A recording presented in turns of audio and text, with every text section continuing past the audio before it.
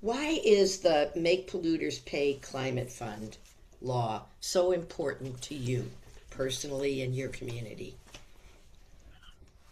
Well, I think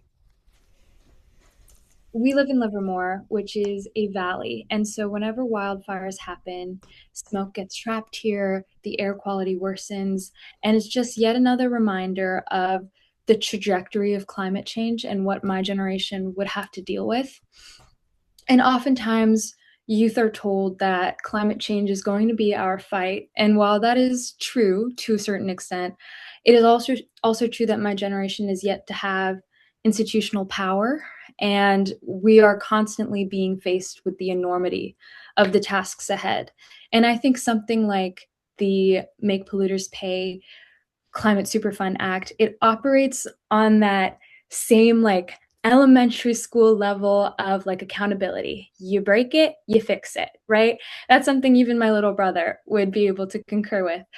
And kind of holding this accountability. So these corporations that have been, it's for corporations that have emitted 1 billion plus tons of carbon dioxide since 1990. These corporations are the lead contributors to the climate crisis. Having them be the ones to help fix this issue rather than your average citizen at the expense of families and schools and communities, it just seems natural. It seems that that should be the legislative choices that we're making in order to properly combat this issue. You mentioned about Livermore being in the valley and you feel the experiences. Have there been any times when you personally or someone in your family, I think you mentioned a little brother, was directly affected by some climate disaster, whether it was fire or the smoke from fires or floods or anything that you could describe? And um, feel free to get really passionate about the experience because we want the legislators to feel what we feel. Right. So anything personally. Well, off the top of my head, I have a ton of family in the LA area. And we were really, as soon as we heard about the wildfires, we were absolutely terrified. We had no idea if they were okay. We knew it was in the vicinity of their homes. We were calling. While their house didn't get burned down, it was like all of their friends, they were so, distraught by the whole thing that happened. And I think that that just really propelled them to realize these are actually more conservative family members of mine. It really propelled them to realize that this is a real issue, that this isn't the norm, and that there's a climate catastrophe happening. Um, Besides that, in my own town of Livermore, we've experienced like a drought for the last 25 years or so. We do not get much water here. We have all of our natural insects are, going extinct. Our natural ecosystems are dying out. And so, what used to be like a very beautiful part of our town is you see mostly like dead brush and trees. Is there anything else you would add or say about what most excites you about the prospect of this bill that would find the big polluters and create this fund to be Yeah. used to mitigate any what really excites you about it? I mean, I think it is so cool. It is so exciting for youth to have something tangible that they can work on that's within our realm of capability. Because, as I mentioned before, we can't buy electric cars, we can't get solar panels, and we're not CEOs of companies and we're not senators, but we are, articulate young people who can use our voices at city council meetings. We can canvass, we can call our legislators and talk to them about this bill that we believe will make a huge difference for our future.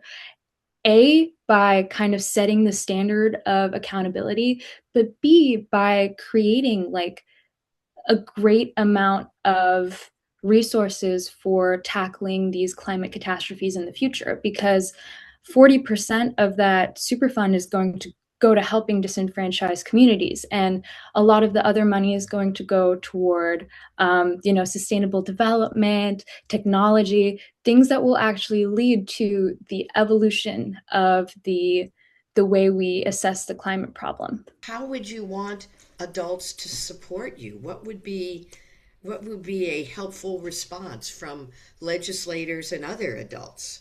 Within all of the youth organizations that I'm a part of, we already have so many lovely adults who are helping us coordinate things like, lobbying to our legislators and all of the technical work that's very difficult for youth to handle, like on top of their schoolwork, on top of their extracurriculars.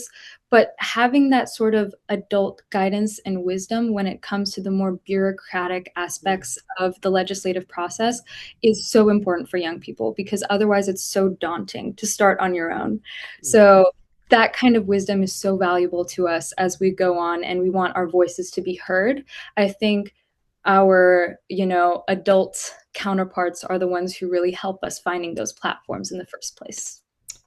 If you were at a meeting where, and you're doing them, the meetings you're doing where you're getting young people involved in Make Polluters Pay, what's the key message you use to convince them why they need to get involved and why their voice is so important?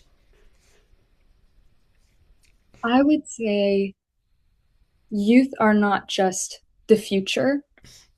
We're the present. And in the present moment, our voices hold a unique moral weight that legislators cannot ignore.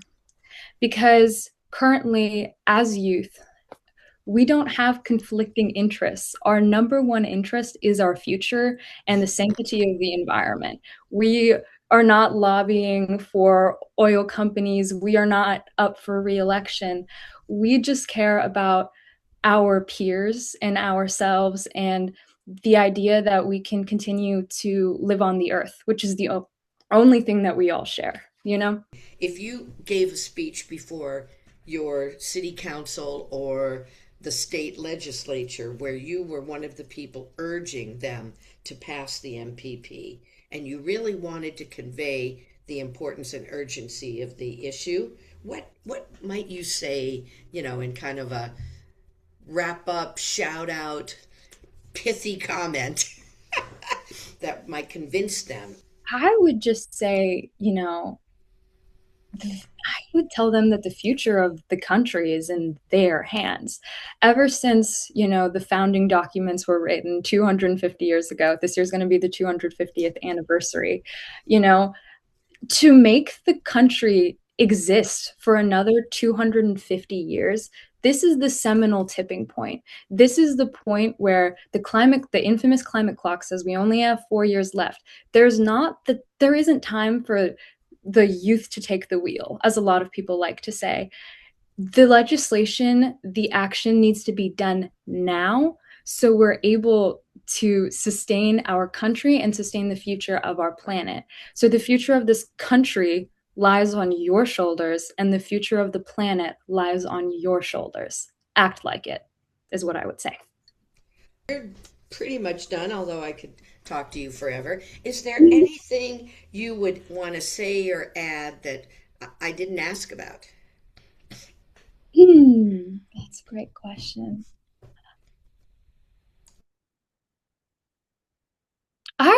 I would maybe mention within this documentary, kind of from the youth perspective, the role of social media. We are constantly faced with these factoids, these images of ice caps melting and wildfires, and there's never an actionable item. There's never a tangible way to act. And it almost feels like it's intentional to make young people cynical and feel like there's nothing that we can do. And if there's a young person watching this right now, I want them to know that they have a voice, and that voice can be channeled into legislative power. And policy work, politics, this is how we create a change. I know right now everything seems so turbulent, and it's very repelling. You don't want to go into the mess that is politics, but if you can channel your voice, that's how you create a change. And you're seeing more young people get involved. Is that true, would you say, in the course of your work? I would absolutely say that. And part of it could be just because me and my peers were getting older and, we are realizing the enormity of the task ahead. But part of it, I think, is also in the current political climate, um, there's less of a sense of ease. I think other youth are feeling more and more uneasy and they want to, you know, take action. That wasn't a great answer, but I do think that there are more young people involved. Yeah, no, I think that's very good.